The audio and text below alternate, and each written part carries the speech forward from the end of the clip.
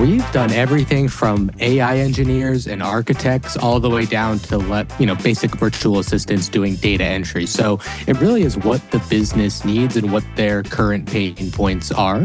I always say though, I just want to be able to help the small and medium business owners, especially like in the States, because I feel like they really get the short end of the stick between the taxes and the regulations and just everything else that comes into play. The large corporations, they've got tons of lawyers that get their way around it always, but it's the people who are actually the backbone of the Western world in America, they just continually get the short end of the stick.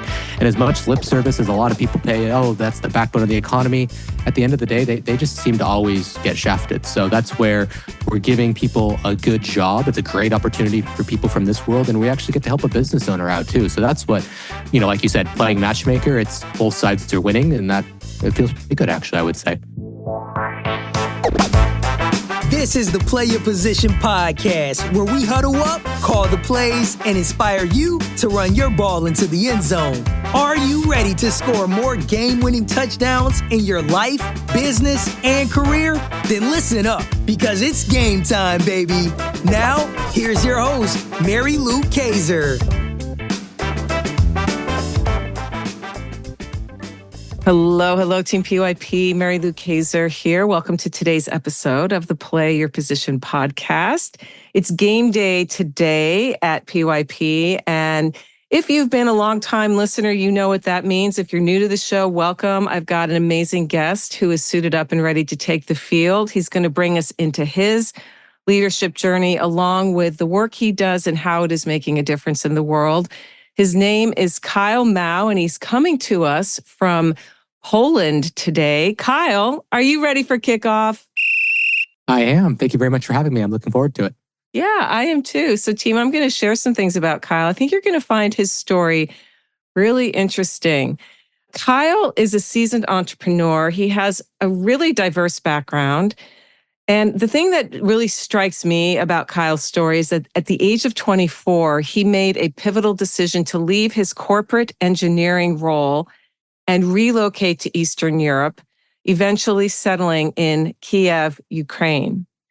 As a permanent expatriate and property owner in Ukraine, he's deeply integrated in the local culture and business landscape. He developed a very successful blog. It drove over 1 million views and readers at its peak. He co-founded Selo Olive, an esteemed olive oil company based in Croatia.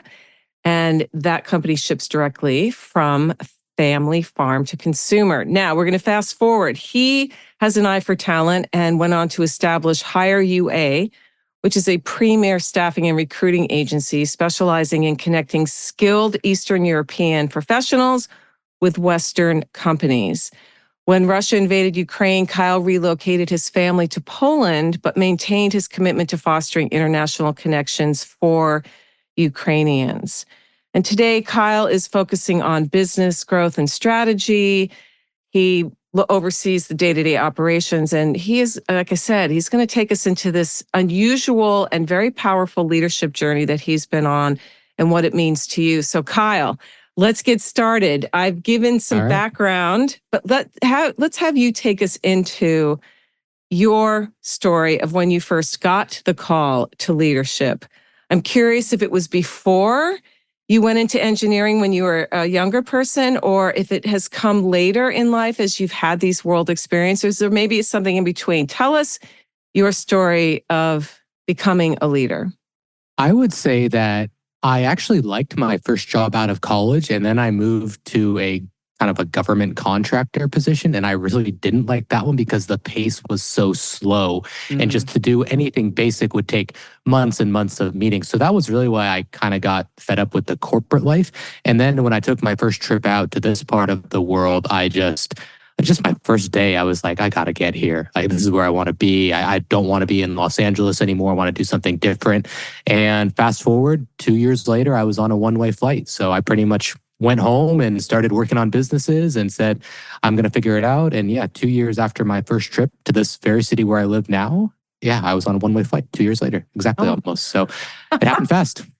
It did. And so how has that decision that you made, which I imagine for many listeners seems very exotic and frightening and also enticing. Wow, you bought a one-way ticket, right? We've heard stories like this. And here you are, we're talking about this in 2024, where obviously the world is different than it was even 2 years ago. It just is changing all the time. What has this becoming an expat, how has that fostered your leadership? It makes you get out of your comfort zone on a daily basis. That's the reality of it. Either you're speaking a foreign language or you're dealing with someone who, is not from your culture. So, and obviously in my business now, I work with a bunch of people from this part of the world where we have all sorts of not difficulties, I should say, but we have different ways of doing things, different understandings. So every day it forces you to step out of your comfort zone a little bit. And I think that has been instrumental to my overall growth as a person, as a business person. And, the amount of opportunities that I've had since moving out here is it's crazy to me. Yeah. So what was it about when you first got there? Because you said, and I could see you lit up when you said that. What was it about, or what is it about the part of the world you are in right now that just grabbed you and you knew at this gut level, I need to be here? I think for me, it was the opportunity because I was 24 and I was making $100,000 a year. So I was doing pretty well for myself. And I was looking around, and granted, I was living in Los Angeles, one of the most expensive places in the world. Yes. But I didn't see a way that I was going to be making it. I was like, am I going to be able to ever buy a house when I'm putting away, basically half of my check every month into rent and other expenses? And I just did not see a world where I was going to have the life that I really wanted. So, and as opposed to out here where things are quite a bit cheaper and just the opportunity, it was on the up and up, more and more people speaking English, more and more businesses opening. Obviously, communism fell, in this part of the world in 1991. It's been on the up and up after all the years of having to kind of dig themselves out of that. So to me, I kind of left a place that I felt was kind of, going a little bit downhill. And I didn't think it was going to have as many opportunities for my generation and certainly not for my daughter's generation now. And I went to a place where the opportunities were on the rise. So I think that is really what drew me to it originally. Yeah. And so nothing wrong with, looking at the economics. And we certainly are facing that. I just had a conversation with my son who is a Gen Zer, and he expressed some of the things you just said. You can be earning a really decent salary. I mean, 6 figures is nothing to sneeze at, right? However, if half of what you take home is going to just 1 or 2 parts of your life, that really brings up some interesting, I guess, some big questions for a person. And so for anybody listening who may be facing that for themselves or perhaps for their own children, and let's tie it to the work you're doing now, because you've had quite an interesting career path here. You were in engineering, then you bought into an olive oil company with, direct from farm to consumer. And now you're running a staffing agency, essentially. So what's going on with that? Talk about that. Everything has built on top of itself. So I was an engineer. That was kind of my initial path, but there was a downside to that, which is that I was very good with a lot of technological stuff, but I really wasn't very good with girls and dating. So that was actually how my first business and blog started, was because I was struggling with it. I started to figure some things out. So then I started writing about it. And before I knew it, I was getting 1,000 visitors a day. And before I knew it, it was growing and growing and growing. And that was my first business. And then a reader of that blog was the guy who I started the olive oil company with. He read my blog. We met up. He said, hey, I've got this product, marketing. I want to bring it to, the Western world. Are you interested in partnering with me on this? So that was how that started. And then the staffing agency was because in those businesses, I needed help. And eventually I hired someone in Ukraine locally. And I said, she's really good. She's really talented. She's very affordable. And next thing I knew it, I had a couple other friends through all those businesses, through my networks, who said, hey, that girl seems like she's doing a pretty good job for you. Do you think you guys could find me someone? And before I knew it, we'd done a few more of those and said hey, this is going pretty well. And here we are now a few years later. So Everything has just stacked on itself, and every skill I've ever developed along the way, I use stuff that I learned 10 years ago sometimes in the business still. So it all just continues to build as you get better and better at business. You level up basically. Yeah, you do. If you're paying attention, which clearly you do that. You're I self-aware. have my moments. Yeah, Well, we all? But exactly. I love that blogging, that writing led you Yeah. to opportunity. And the reason I say that is a little bit selfish because I'm a writer and I just fundamentally believe that writing can lead us so many places. And Hmm. in some ways it's become there's a big question about, does it matter what we write? Is anybody really reading? And the fact of the matter is, yes. When you focus on something that matters to you and you continuously show up to it like you did, you just don't know where that's going to lead. You don't know who's going to read and who might reach out. And to trust that if you're following a path that you feel called to do, which all leaders, we do that. We're called, right? And it may look different as Hmm. our lives evolve the way yours has. So that's the other thing I really like about your story, Kyle, is you are living proof that you can set out thinking your life is going to go one path or one direction, only to discover, no, that's not necessarily how it's going to be. And also being willing to do the work necessary to follow that path, even if it's uncomfortable. You used that word earlier, even if it doesn't Hmm. look like what other people around you are doing or suggesting either implicitly or explicitly, hey, this is the path you need to take because that's how we do it around here. And you said, no, not going to do it that way. I found in life doing the opposite of what everybody else is doing has worked out really well for me. So I kind of continue to try to do that. That If is, everyone's doing one thing, I'm like, I'm going to do something completely the opposite. yeah, yeah. Okay, so now let's go to the present. You're in running this company.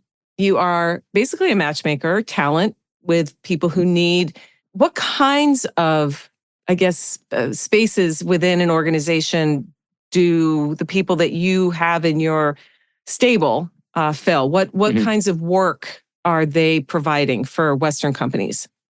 We've done everything from AI engineers and architects all the way down to basic virtual assistants doing data entry. So it really is what the business needs and what their current pain points are.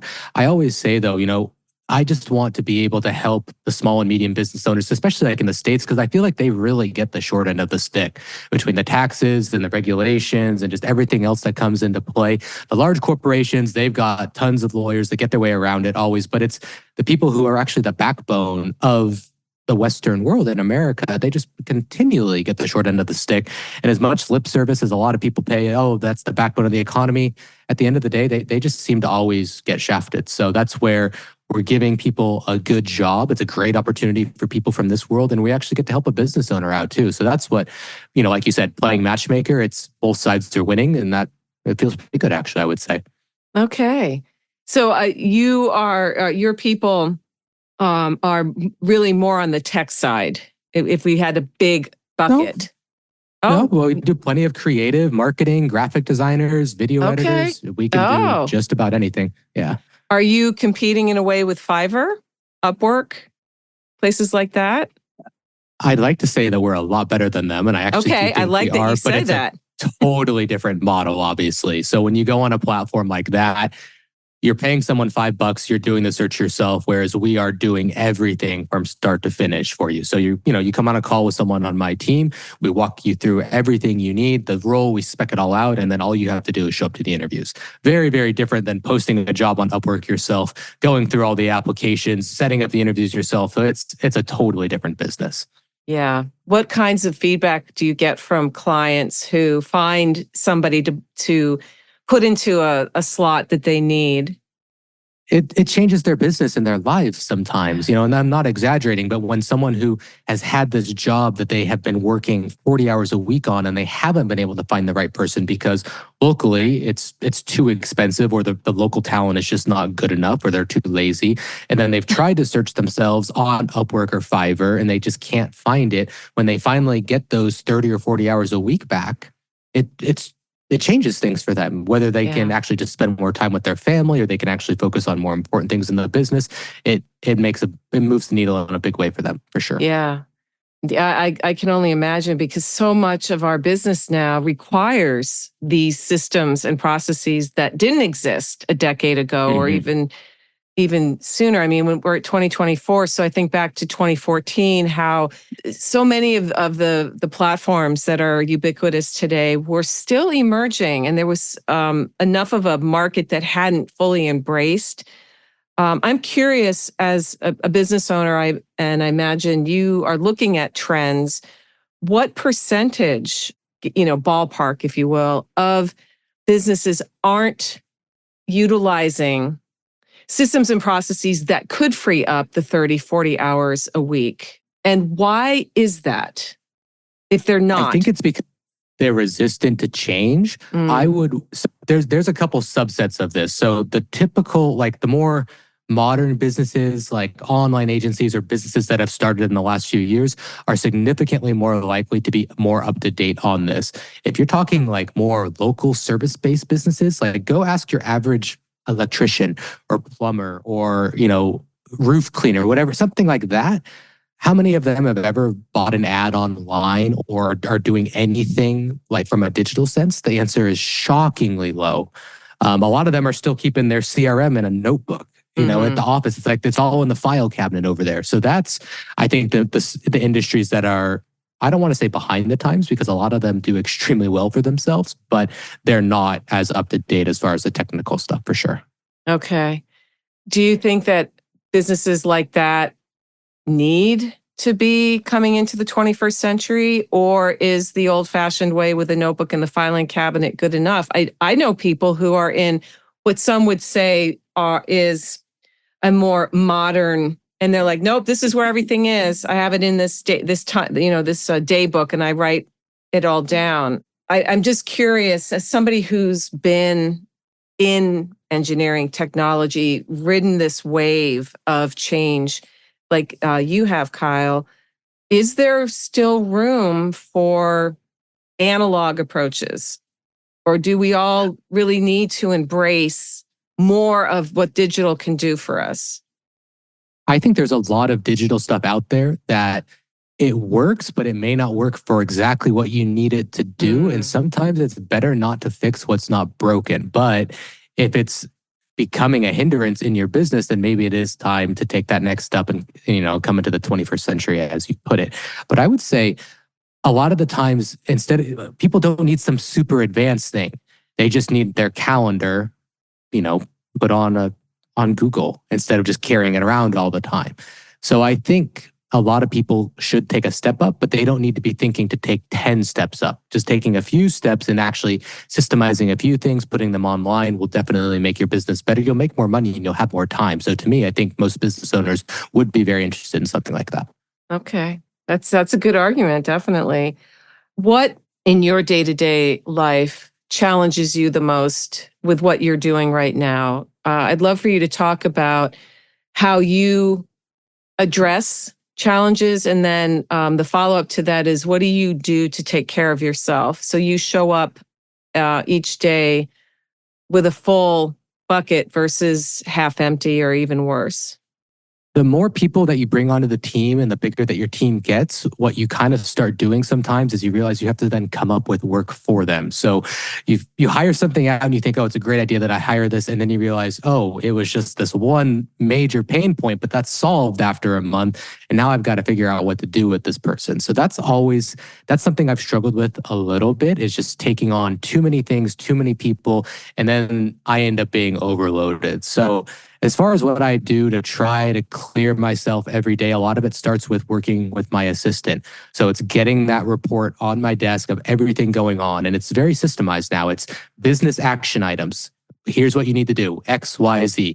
Here's a few general updates about the business. You don't need to do anything here. And then we have the same thing for personal section. You need to do this, this, and this. So having someone who steers a lot of it, and I can focus on the bigger picture while she works out the details, has been Mm, really helpful. And then, of course, just kind of keeping up with fitness. I'm an avid cyclist. So, I did a 15-mile ride this morning before I did any work. And I try to just at least once a day, take a deep breath and close my eyes for a few seconds and just try to reset. And I found that has helped a lot too. yeah, it's amazing what just some 5 deep breaths can do for bringing Yeah. down the, if you start to feel a little bit stressed out or what. And we forget that this mechanism here, our diaphragm, our lungs are there to help us, regulate.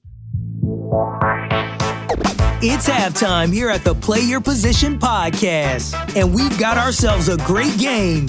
While you're up grabbing another snack and topping off your favorite beverage, make sure to subscribe to the show so you never miss another play. PYP is available on Apple Podcasts, Spotify, and wherever great podcasts can be found. Now, let's get back to the game. It's interesting that you described you have an assistant. And I think from all the leaders I've spoken to over the years that almost everybody gets to a point where you've got to have somebody else who's looking at some of those details and helping to steer you away from the shiny object syndrome, which we can all fall prey to, because there's always so much going on. And it's easy to go down a path when something isn't working in the business and get so focused on that and forget all the amazing things that are working in the business. And sometimes going down that path can lead to neglecting the good stuff, which then creates. So what should people who are considering bringing somebody on to do some tasks, what do they need to be looking at? What kinds of prep work ahead of time should a business owner do? Yeah, the biggest thing I tell people to do is to audit your time for at least 72 hours, ideally 1 week. And you can do this in an analog, dinosaur way. You can use a pen and paper and you can just write down every 15 minutes what you're doing. And at the end of that week, you're going to tally up those tasks. You're going to tally up the minutes and the hours you spent on it, and you're going to start looking at it. And here is the mistake you don't want to make. You don't want to take all the stuff that you actually like doing and say, I spent all the time on this, I'm going to give it to someone else. Because then what's going to happen is ultimately you become your company's, can I swear on your show? I can't remember. Sure, of course.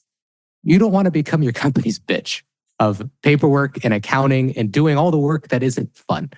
So you have to be very, very careful of that. And so that's the best thing you can do, though, is audit your time and put it into 4 categories. So stuff that is high ROI and that you like doing, you want to be doing all that stuff. Stuff that's high ROI, but that you don't like doing, you might be stuck with it.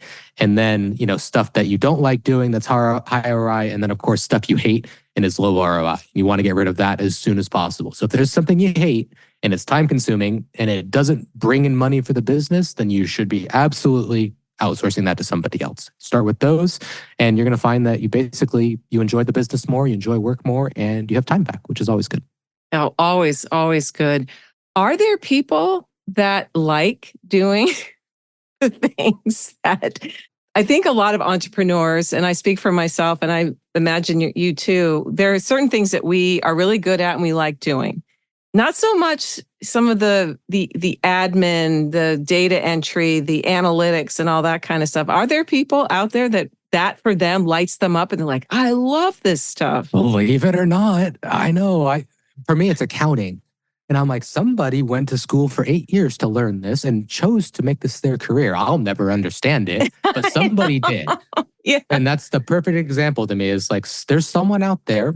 Maybe they're sick in the head, but they love this. So same thing, lawyers, contracts, documents, someone went to school for that for 8 years. So yeah, there's always someone that likes doing what you hate. What you don't want to do is hire out all the stuff you actually like doing. And a lot of people make that mistake. What's it, for instance, of things that you see a pattern of, if you were to take like an aggregate of business owners that you've known and worked with over the years, and there's the bucket of stuff that they love to do and the stuff that they don't. What are some examples of things that business owners make the mistake of outsourcing when that is what they really like? And maybe even speak from your own experience. I would say the thing that for me is I like the marketing and I like that side of it. So when I'm not involved in the content and I've outsourced all of that, then I start to kind of miss it. So the goal with that is I do a little bit. So for example, every month, we have like our marketing team meeting where we're going to decide on all of the content. And basically what I do is I sit down, I come up with some ideas with them and we talk through them. And I give like a hook, I give like the intro. But what it allows me to do is then they'll go create 60 pieces of content off of a 20-minute meeting with me. So instead of me, writing the whole script and me doing the videos and, I was never a video editor, but doing all of that, instead of it taking hours and hours of my time, I've had a 20 to 30-minute meeting and we've produced 60 pieces of content off of that meeting. So that is like the sweet spot where you want to be living in, where you get your genius or whatever your strength is to shine through. But then most of the grunt work is kind of taken off of your plate. So I would say, though, marketing and sales is the two things that business owners want to let go of last. And there's certain things within that. So, for example, like I like sales calls. I like getting on. I like talking. I like pitching. I hate working with my pipeline and following up with people. So that is where you can make the mistake of saying, I'm going to hire a salesperson to take all the calls because I don't want to deal with the follow-up. But you actually love being on the calls. So there's subsets within it that you can also kind of get. You can love part of it and hate part of it as well. So you got to be careful kind of with how you do that. Yeah. Well, I appreciate the honesty because I think we learn about ourselves through others. Where have you found, where do those 60 pieces of content go? Because I know a lot of my listeners are in the content generation process as well. That's what most businesses are doing now. We are coming up with blog posts or videos, or this is a form of content, our conversation today.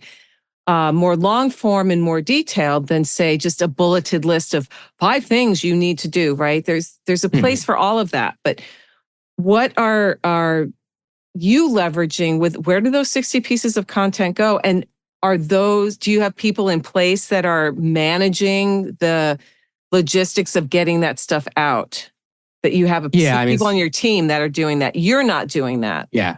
Correct. Yeah. So take that with a grain of salt. Obviously, if you're like a solopreneur, I've got 7 people working on all of this. So that idea, for example, last month we did a whole series, we're a hiring company. Steve Jobs had a lot of good quotes about hiring. So we have 4 YouTube presenters. They're all Ukrainian. So I said, let's do something on Steve Jobs. I gave 5 ideas. Our script writer went and wrote a bunch of scripts. So some skits, like where they're acting back and forth, it'll pan on one side, pan on the other, and some shorts.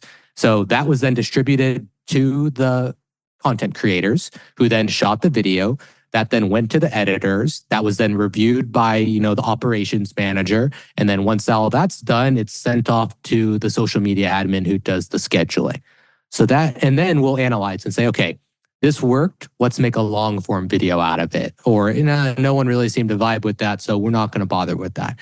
And then, of course, it gets distributed everywhere else. So, the YouTube video gets sent out on all the social media channels. It'll get posted to the blog. It'll get posted to my blog. It'll probably be sent to like my email list. So then it's like a spider web where everything's being sent out to the appropriate spots.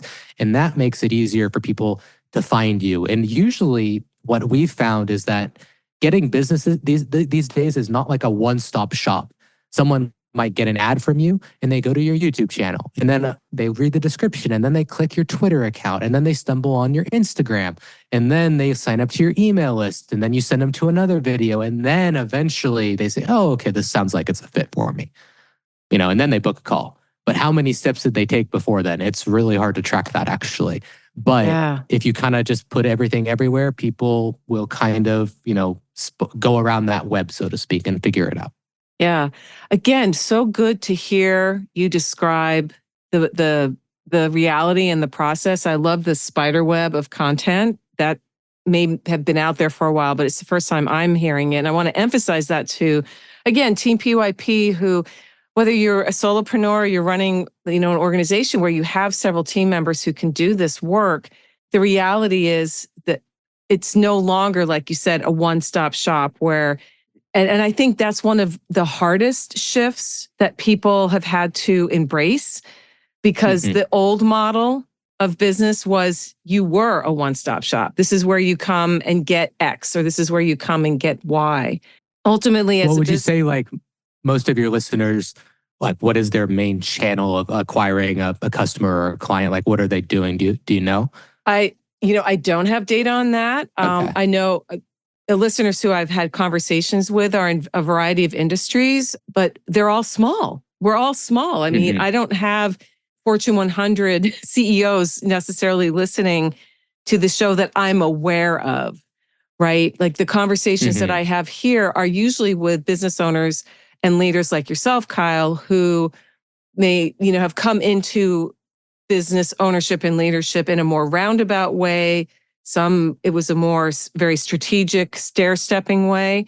But the reality is, and I want to go back to what you were saying before about why you're in business to begin with. And it's because you see small and medium-sized businesses getting the shaft over and over again in America. I can't speak for any other countries. I live here.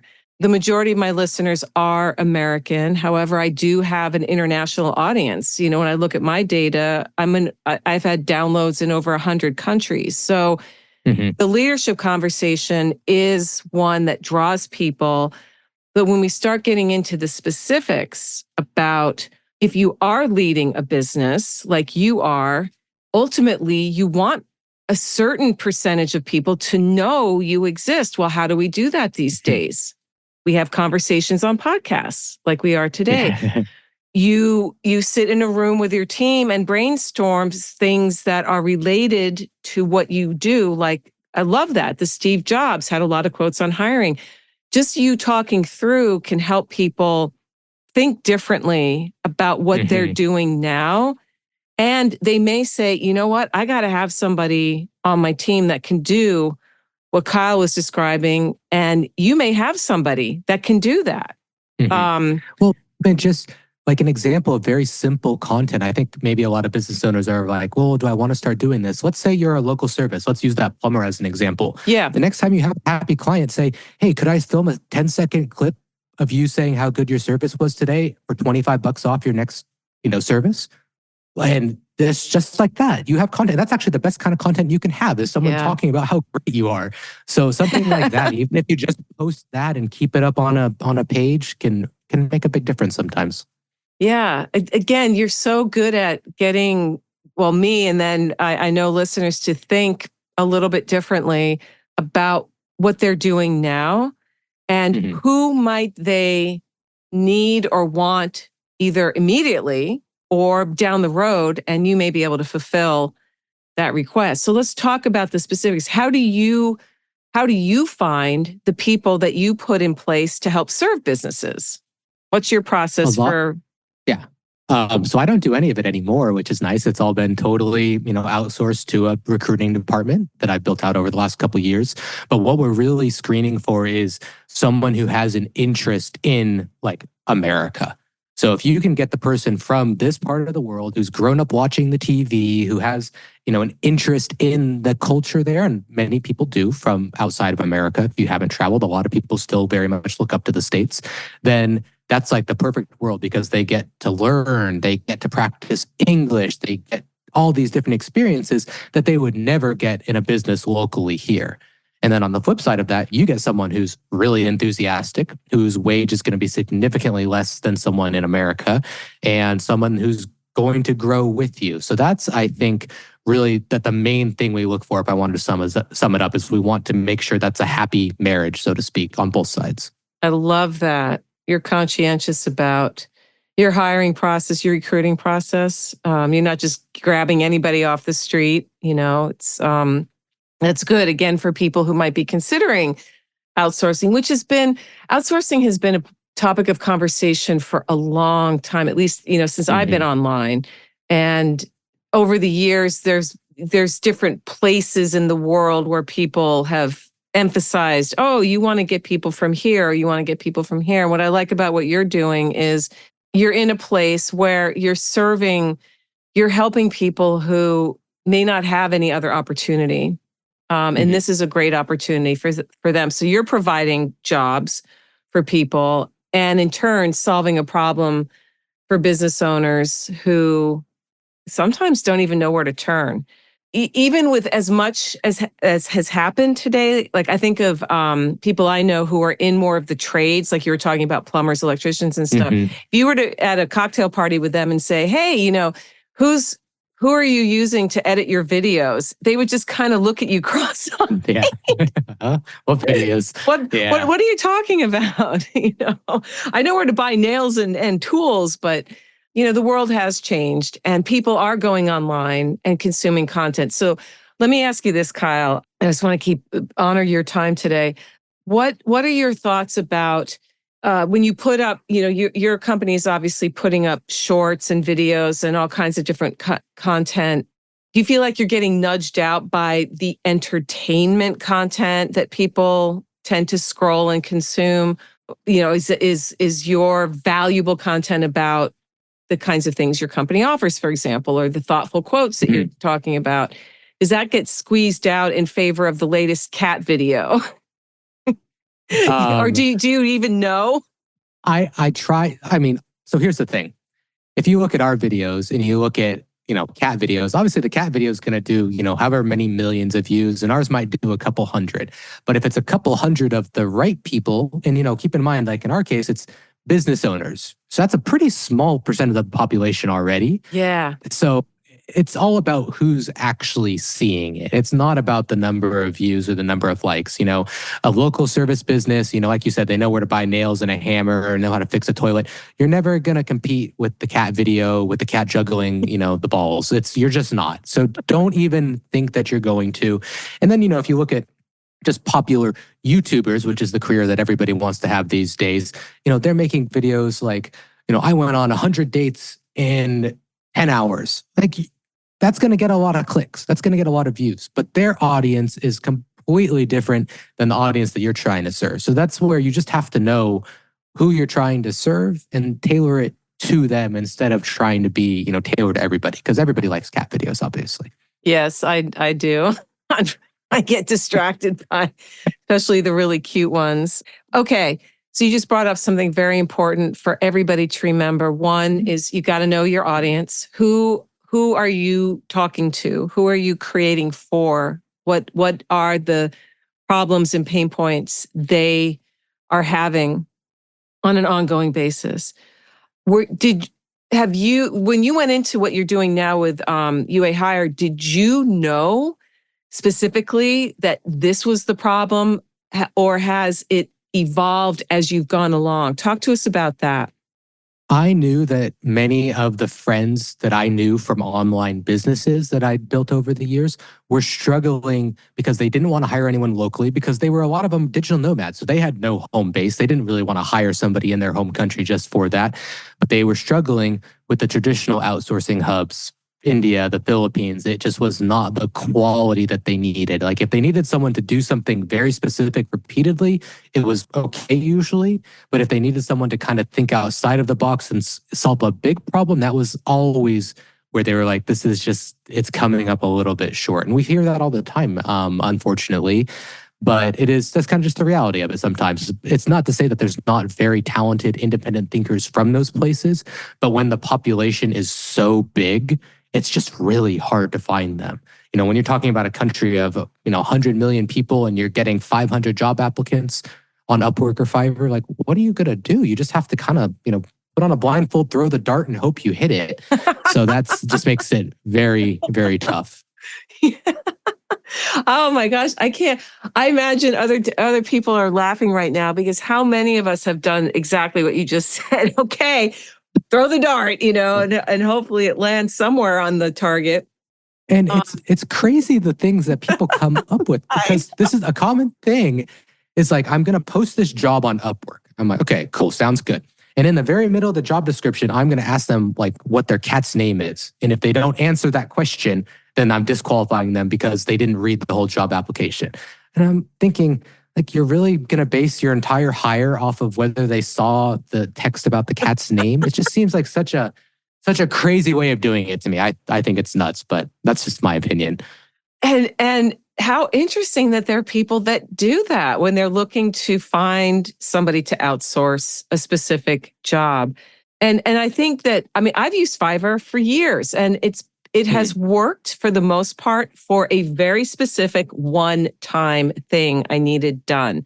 I had a couple that didn't really work out so well, but I learned, it's a new way of doing business. And I think what you're providing is you're really looking at the bigger picture, long term. You are, just the fact that you said there's two kinds of ways people might outsource. One is, again, for that quick one-off job. Okay, great, that's fine. But What about the ongoing need for part of a bigger strategy? You need somebody who can think bigger picture, who understands the dynamics, the changing dynamics of algorithms and data collection or whatever it may be, right? Mm-hmm. So, team, I'm emphasizing this because what Kyle's business is really more for that. Those are the kinds of people you're going to get working with him versus just I need somebody to make a quick PDF of this content that I can use as a freebie. That's a one-time gig.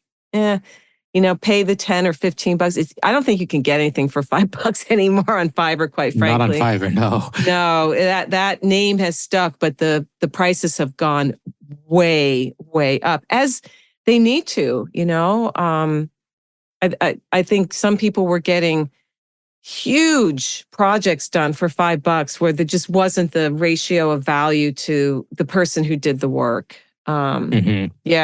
No, it's very, very common. Or it was. It's not anymore. Now, like you said, No. It's almost impossible to get anything at that price. But yeah. Before I lead you into, before you share where you hang out online, Kyle, I have one more question for you. Let's talk about pricing in terms of here in the States, there's like two ways people think about pricing. There's what I call the Walmart effect. Nothing against Walmart. It's just they are always about rolling back the prices, right? And so that's conditioned a lot of people to look for the lowest possible price versus people who are like, it doesn't matter what it costs. I want quality. Where do you fall on that continuum? Significantly more cheap than hiring in America. Typically like 80% less. Depends on the role, but anywhere from 50 to 80%. And that's not a joke. And then the quality wise, in a lot of cases, I would say we're going to get you someone who's as good as someone in the States because there's going to be a lot more enthusiasm and a lot more willingness to learn and a lot better attitude. And then still, I would say significantly higher quality than you would from the traditional outsourcing hubs. So I guess you could call us, I don't know, Target? I don't know. No, Target's fair. I don't know. I'm trying to come up with a good metaphor here. I don't know. Yeah, I think that's fair. I mean, Target has kind of upped its game. It's interesting how companies and brands evolve over time. So I like that. I like that you can get really good value with you, but you're still getting quality. And that's the goal. Yeah, and so team, again, Kyle, why don't you tell us, where do you hang out online? Where could listeners who want to explore possibly what you offer and if there's a fit for them, where can they find you? Yeah, so if you're a business owner actively looking to hire and you'd like to chat with the team, go to hire-ua.com/play. There's a button to book a call. You can also sign up for a daily email to business owners about everything that we've kind of talked about on this show today. And then if you want to audit your time, you can download the exact template that I use with my assistant to go through everything and kind of just figure out where my time's going. And it's got some of my funny tasks and things I waste my time on there that you can use it as an example. That's awesome. I am going to download that.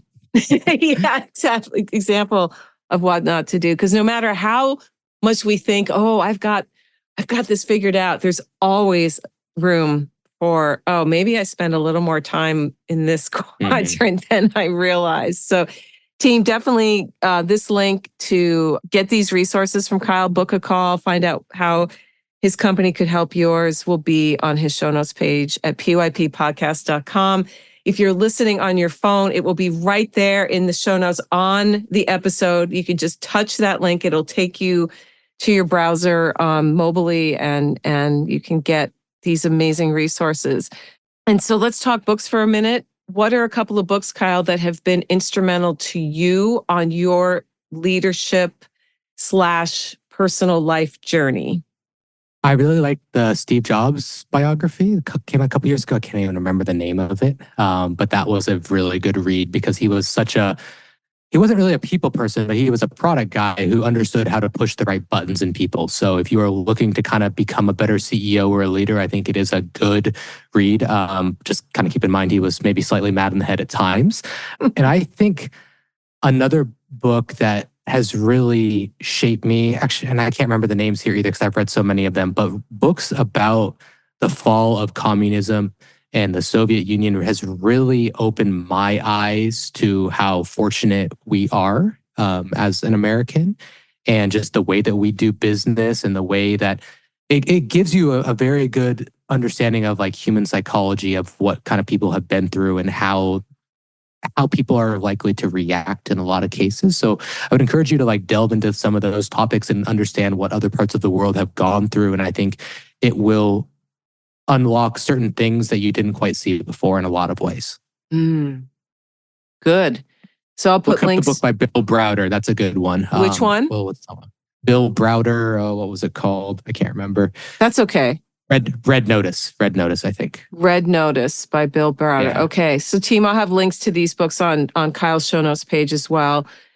For all of you, if you're a leader, you need to be a reader. I can't emphasize that enough. And expanding our worldview, really valuable. Clearly, Kyle's story, you have been so inspirational to me today. And I imagine, this was a fun show. Yeah, I imagine many of my listeners as well. And so before we say goodbye, what's one thing that you didn't get to talk about today, Kyle, that you could leave us with? I would say, like, as a business owner, one of the best things you can do is just remember that you have to keep going. And kind of to illustrate this point, 2 years ago, I was fleeing a war zone with my pregnant wife. I went back to California, and then a month after that, my mom was diagnosed with stage 4 cancer. And this is kind of just the stuff in life that it keeps piling up, but there's always like a light at the end of the tunnel in some way or another. So despite all of that happening, the business hit new highs.